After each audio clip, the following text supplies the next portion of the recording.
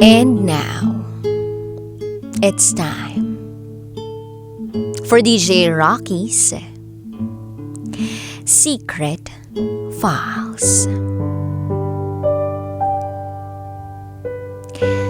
Kung hindi ka para sa akin, para kay Lord ka.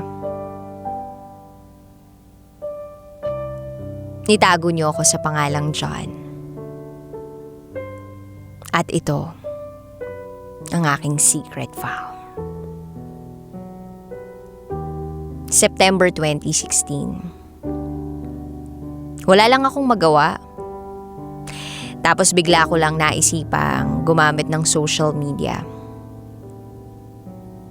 Nakita ko siya. Yung babaeng mamahalin ko ng todo-todo. I added her. Nag-PM ako sa kanya. Naging magkaibigan kami. Nangungulit lang ako sa kanya kasi ayaw niya akong pansinin. Pero dahil sa kakulitan ko, nagre-reply siya sa mga chat ko sa kanya. Nagkakuhaan kami ng number namin. At doon na nag-start yung pag-uusap namin tungkol sa aming dalawa. After 1.5 month, na ganun kaming dalawa, I decided na ligawan siya. Pinayagan naman niya ako. Una nga, ayaw niya pa kasi mas bata ako sa kanya. Kaya, sabi ko sa sarili ko, gusto ko maniwala siya sa akin. Kaya, kahit malayo siya, pumupunta pa rin ako sa kanya. At tuloy pa rin ang panliligaw ko sa kanya. Ayoko mag-give up sa kanya. Hanggang sa dumating ang Pasko. Hindi ko ina-expect na sasagutin niya ako that day. Mismong Pasko pa. Yun na yata yung pinakamasayang Pasko ko. Dahil binigyan ako ni Lord ng pagkakataon na iparamdam sa taong mahal ko kung gaano ko siya kamahal. Marami kaming napuntahan ng mga lugar na very memorable sa aming dalawa. Yes, we made memories. Fast forward, June 2018. Meron akong kakambal at nag-birthday kami. 25th birthday. Sobrang saya namin kasi kasama ko yung taong mahal ko. Kasama ko yung mga mahal ko sa buhay at mga special na tao. Doon mas nakilala niya ako. Pero after that day, ng birthday namin ng kakambal ko, nilagnat siya. Akala ko sobrang pagod lang sa trabaho. Kasi pumasok pa siya nun sa trabaho eh. Pero lumipas pa ang mga ilang araw, hindi siya gumagaling. Nagtataka na ang pamilya niya kung bakit nga hindi siya gumagaling. So, napag-usapan na ipa-check up na siya. After 3 weeks, ayun, sinagawa yung bone marrow test para makita kung saan nanggagaling yung sakit.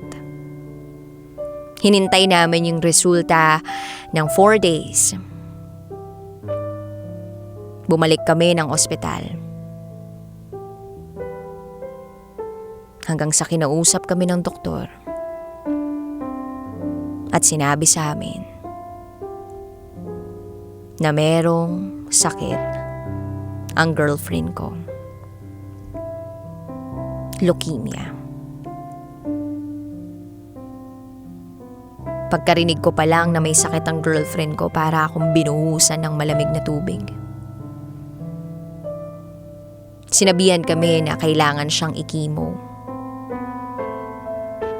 Pero ang sabi niya lang sa akin, "Ba, ayaw ko magpakimo. Baka lalo lang akong manghina. Kakayanin ko to, tsaka lalaban ako kasi kasama kita. Ikaw lang ang nagpapalakas sa akin. At alam ko, kasama natin si Lord."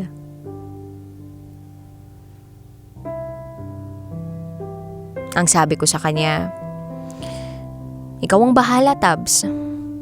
Basta ako, dito lang ako sa tabi mo. Aalagaan kita at mamahalin pa kita lalo. At ipagdarasal ko kay Lord na gumaling ka na." Sabay yakap niya ako ng mahigpit. Habang sinasabi ko yung mga salitang yun, sinusubukan kong maging malakas para sa kanya. Lalaban tayo. Yan ang sabi ko. Gagaling siya. Yan ang sigaw ng utak ko. So hindi siya nagpakimo.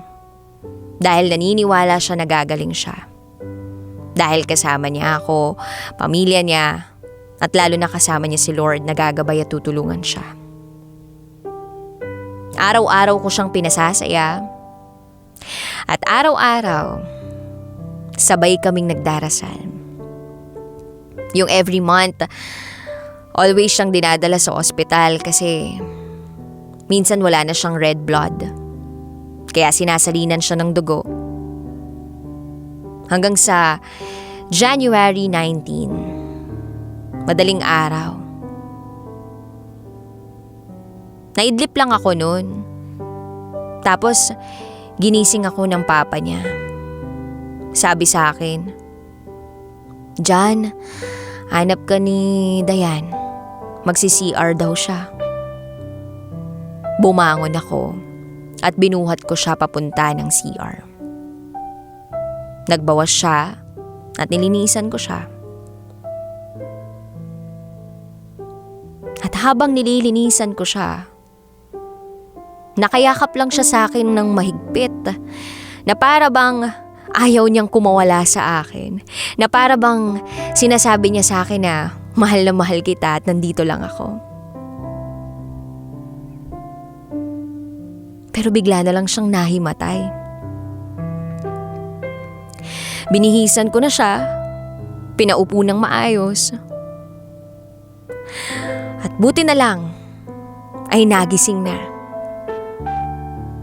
Para bang sobrang lakas niya at kinausap niya ako at ang ate niya. "Ba, matutulog lang ako ah. I love you, ba?" Sabay ngiti sa akin at sabay tabi sa ate niya. Hinawakan niya pa ang kamay ko. Nagro-rosaryo lang ako habang nakahawak siya sa mga kamay ko. Hanggang sa napansin na ng asawa ng ate niya na parang hindi na maayos yung paghinga ni Dayan. Hindi ko na alam kung anong gagawin ko sa mga oras na yun.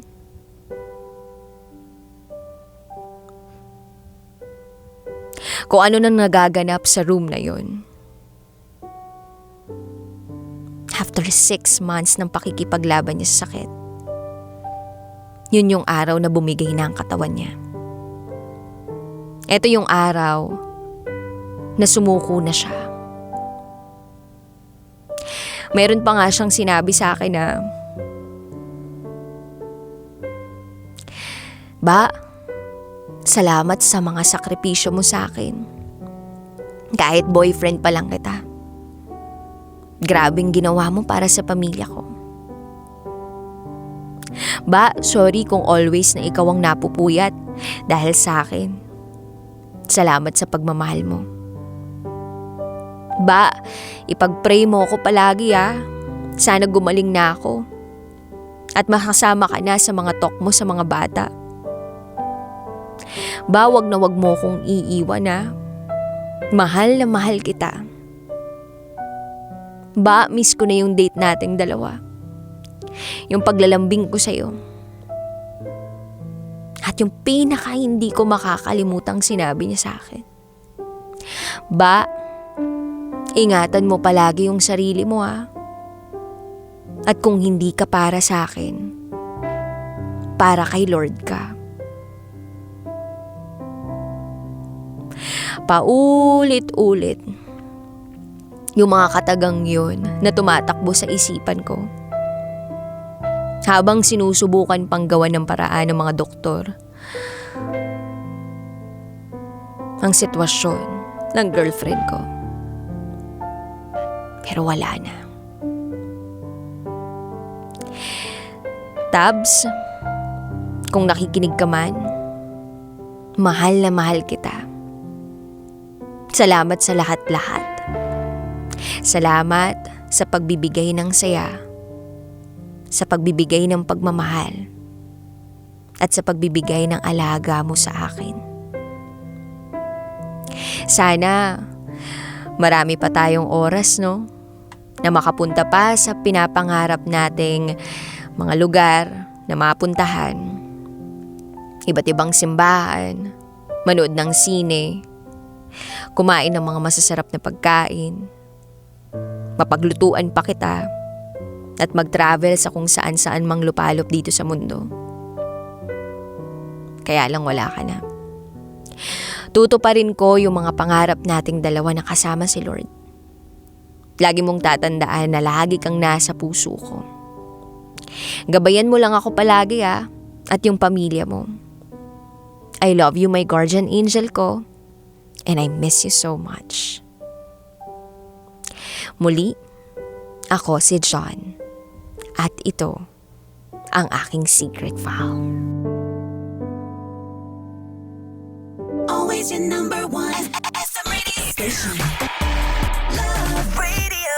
Hello, Kabisyo! Uy, gusto mo pa ba ng mas marami pang Secret File episodes? Ang gagawin mo lang, mag-subscribe ka na sa aming YouTube channel. It's Love Radio Manila. At pindutin mo na or i-click mo na ang notification bell para updated ka na sa aming mga latest video. Rakitera po mula sa 90.7 Love Radio. Mwah!